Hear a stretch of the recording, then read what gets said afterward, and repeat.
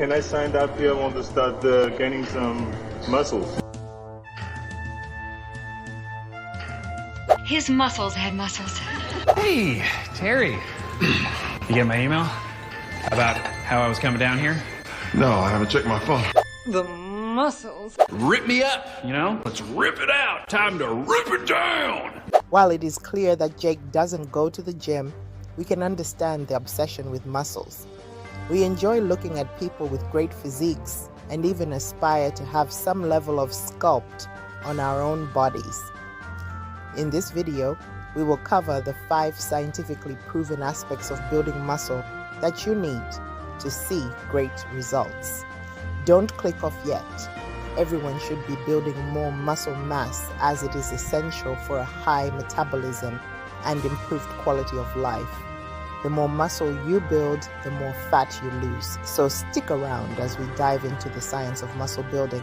This just got more interesting. I'm gonna pull up a seat and This just got very interesting. Building muscle primarily revolves around 5 different factors, with resistance training and protein intake being the 2 largest contributors. But how do we optimize these to get the best results? Let's start with resistance training, the age-old debate. Are high reps with lighter weights better than low reps with heavier weights? A study published in the Journal of Sports Science reviewed 15 different experiments to find out how the number of sets per week affects muscle growth. Put in one phrase, the key findings were more sets, more gains. The study found a clear dose-response relationship, meaning the more sets you do each week, the bigger your muscles get. Each additional set per week increases muscle size by about 0.37%. To break it down further, they observed that doing less than 5 sets per week gives you a muscle size increase of around 5.4%. Doing 5 to 9 sets per week boosts your muscle growth to about 6.6%, and doing 10 or more sets per week can skyrocket your muscle gains to nearly 9.8%. How come? How come? How come? Well, when you lift weights, your muscles experience tiny tears. As they repair, they get bigger and stronger. Doing more sets means more tears and more opportunities for growth. So what does this mean for your workout?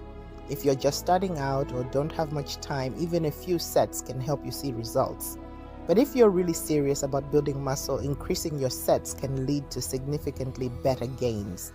Ooh, I gotcha. Another review published in Sports Medicine by the same team researched how often you should train a muscle group each week to maximize muscle growth, also known as hypertrophy. The ultimate question was, should you train a muscle group once, twice, or even more times per week? They reviewed multiple studies that compared different training frequencies, focusing on muscle growth outcomes.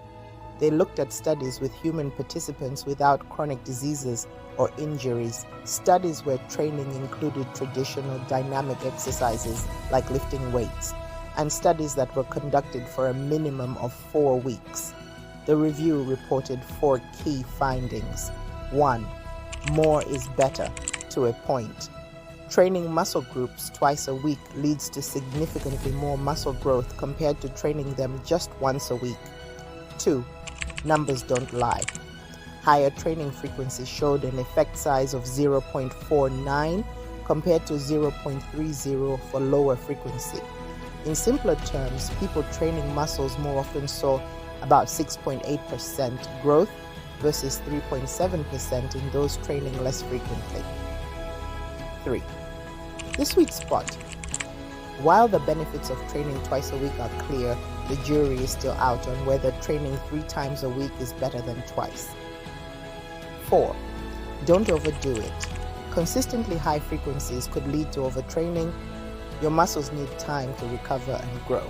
Practical takeaways. 1. Beginners. Aim for 2 to 3 training sessions per muscle group per week. 2. Advanced lifters. You might benefit from 4 to 6 sessions per week with a focus on different muscle groups each time. 3. Volume matters. Ensure your overall training volume, that is total sets and reps per week, is balanced to avoid overtraining. God, I need a pen. I don't have a pen. Luke, give me your pen. Because you are smart, I know you are asking yourself, does taking a longer break between your sets make a big difference compared to shorter breaks? Let's dive into a study that tackled this very question, focusing on muscle strength, size, and hormones in trained men. Researchers conducted a 6-month study with 13 experienced male lifters. They compared 2 different rest period lengths between sets, short rest of 2 minutes versus long rest of 5 minutes. Both groups did similar exercises like leg presses and squats, aiming to see if rest duration affected muscle gains and hormonal changes. They reported 3 key findings. 1. Strength and muscle size. Both short and long rest periods led to similar increases in muscle strength and size. After 6 months, participants saw a 7% increase in maximal force, a 16% boost in 1 rep max for the right leg, and a 4% growth in the quadriceps muscle. 2. Hormonal changes. Initially, both groups showed significant increases in hormones like testosterone and cortisol after workouts. However, there were no long-term differences in hormone levels between the 2 rest period groups over the 6 months. 3. Workout intensity and volume. The study revealed that the total volume of work was slightly higher in the short rest group, about 7.5% more, compared to the long rest group. Despite this, the overall gains were similar. What are your key takeaways? 1. Flexibility in training. Whether you prefer shorter or longer breaks, both can be effective for building strength and muscle. It's all about consistency and pushing your muscles to their limits. 2. Personal preference. Choose rest periods that fit your workout style and schedule. If you're pressed for time, shorter rests can keep your workouts efficient. If you enjoy longer breaks, they won't hinder your progress. 3. Variety. Mixing up rest periods might keep your training interesting and potentially avoid overtraining. I'm gonna need a lot more paper. Section 2, protein intake. Now, let's talk about everyone's favorite topic, food, specifically protein. In a 2018 review, researchers wanted to see if protein really makes a difference, and if so, how significant that difference is. To do this, they looked at a lot of different studies that had already been conducted. They combined the results from these studies to get a more comprehensive picture. The results were pretty compelling. Firstly, protein supplementation significantly increased muscle mass gains. This means that people who took protein supplements while resistance training saw better results compared to those who didn't take extra protein. Secondly, protein supplementation also improved strength gains, although the effect was slightly less pronounced compared to muscle mass gains. In simpler terms, if you're lifting weights and aiming to get bigger and stronger, adding protein supplements to your diet can give you an edge. There are 3 specific factors that influence these results. 1. Total protein intake. One of the key findings was that higher total protein intake correlated with greater muscle mass gains, so ensuring you get enough protein overall is crucial. The study found that consuming 1.6 to 2.2 grams of protein per kilogram of body weight per day significantly enhances muscle growth. For someone who weighs 70 kilograms, about 154 pounds, that means consuming between 112 to 154 grams of protein daily. 2. Timing.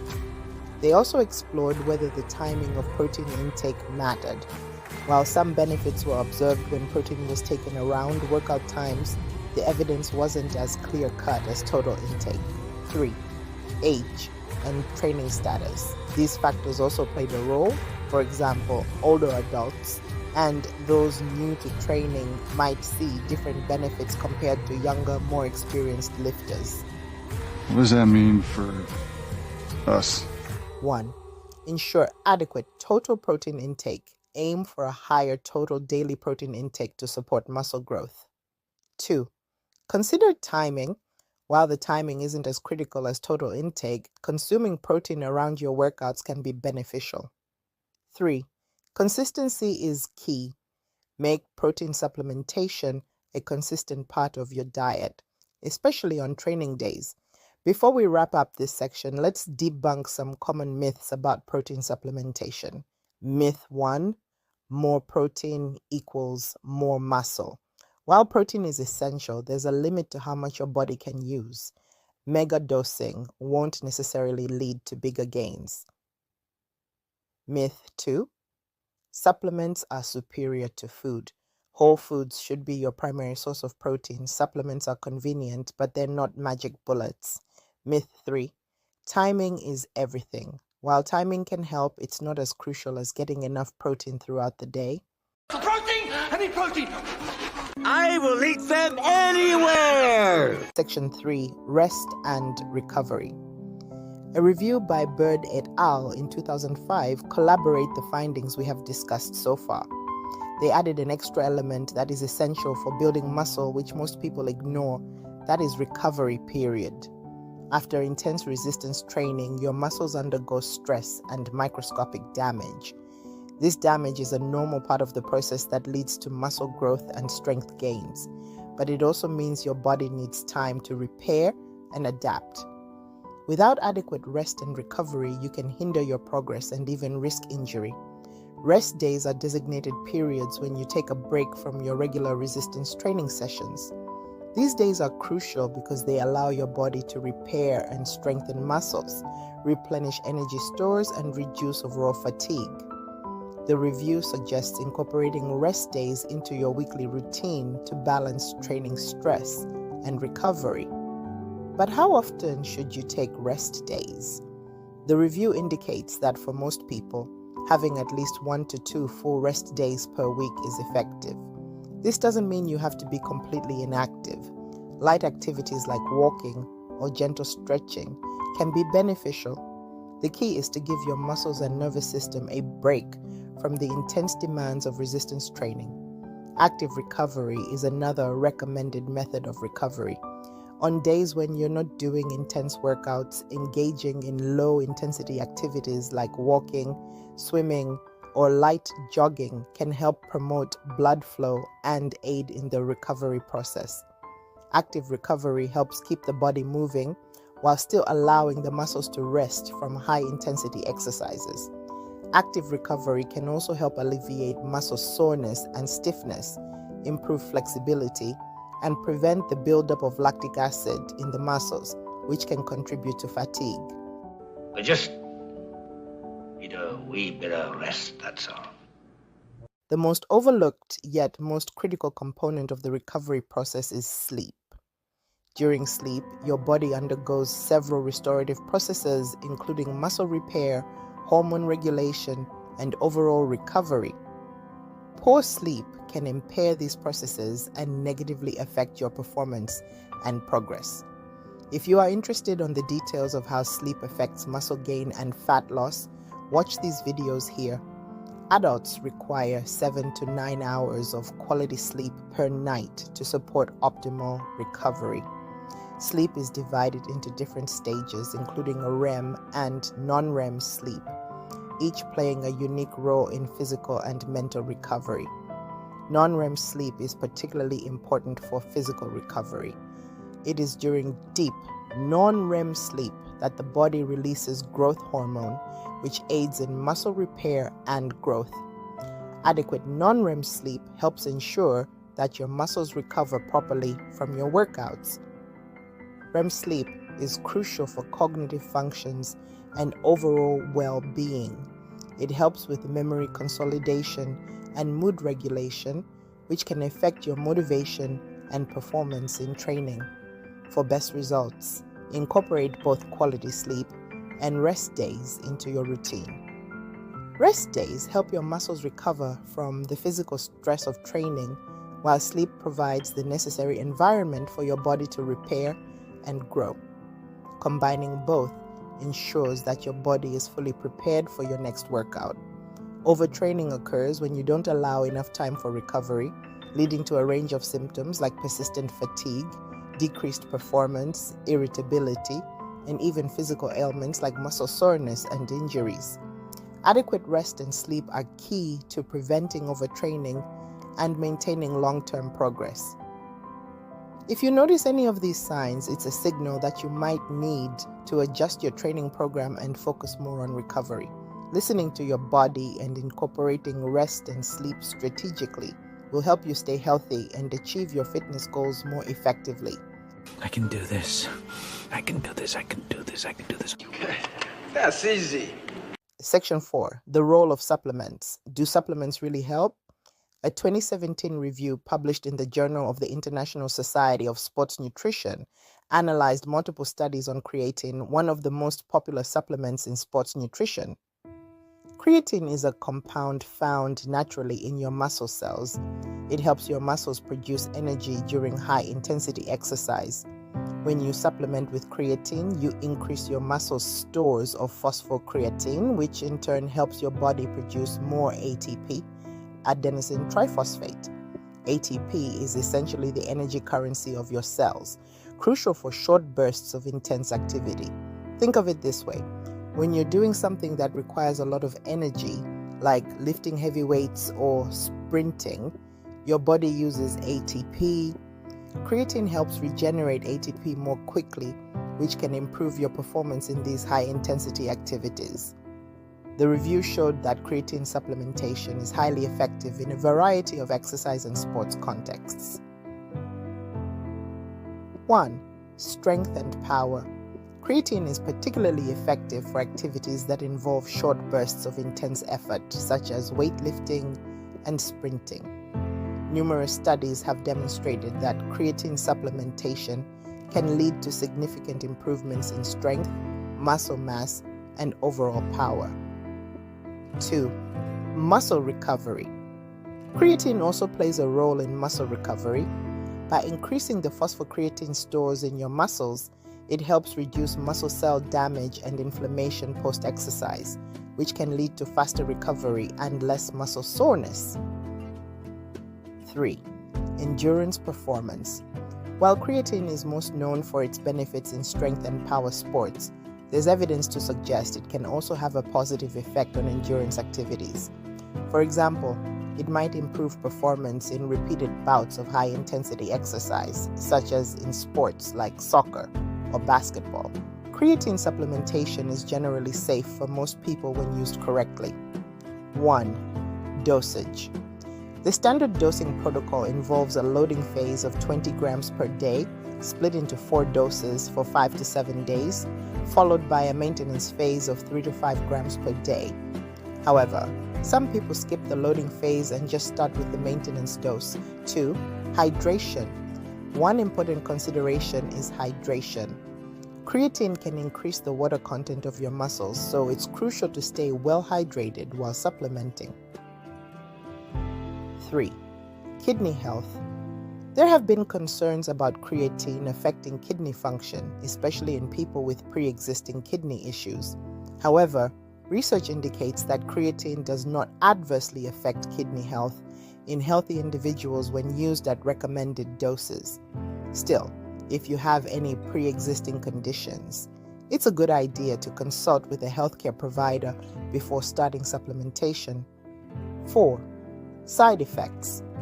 Some people may experience minor side effects such as digestive discomfort or muscle cramping, but these are generally rare and can often be managed by adjusting the dosage or the timing of supplementation.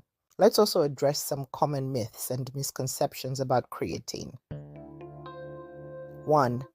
Creatine causes weight gain. This is true, but it's important to note that the weight gain is often due to increased water retention in the muscles and not fat gain.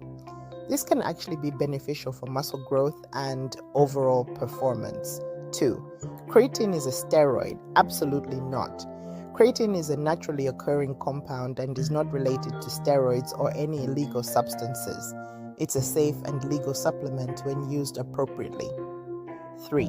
Creatine is only for bodybuilders. While creatine is popular among bodybuilders, it's beneficial for a wide range of athletes and even non-athletes.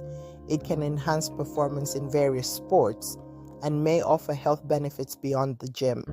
If you're considering adding creatine to your supplement stack, it's always a good idea to consult with a healthcare provider, especially if you have any underlying health conditions. And remember, while supplements can support your fitness goals, they work best in conjunction with a solid diet and training program. We're ready for this. We're ready for this. Section 5. Consistency and patience. Lastly, and most importantly, consistency is key. Building muscle is a marathon, not a sprint. All the studies we have looked at today reinforce the same recommendation. Keep at it for a longer period of time to gain the best benefits. Rome wasn't built in a day, and neither are muscles. Think of building muscle like planting a tree. You can't just throw a seed in the ground and expect a mighty oak the next day, right? You need to water it regularly and give it time to grow. A study published in the Journal of Applied Physiology reported that people who exercise consistently 3 times a week for 12 weeks saw a 33% increase in muscle size compared to those who worked out sporadically. That's huge. So if you're hitting the gym once in a blue moon, it's time to make it a regular date. There is collective evidence indicating that beginners can expect to see noticeable muscle growth in about 8 weeks, while more experienced lifters might take up to 12 weeks to see similar results. So if you're not seeing biceps bulging after a couple of weeks, don't give up. Maybe we should rewatch it. And smash that subscribe button. You just subscribed.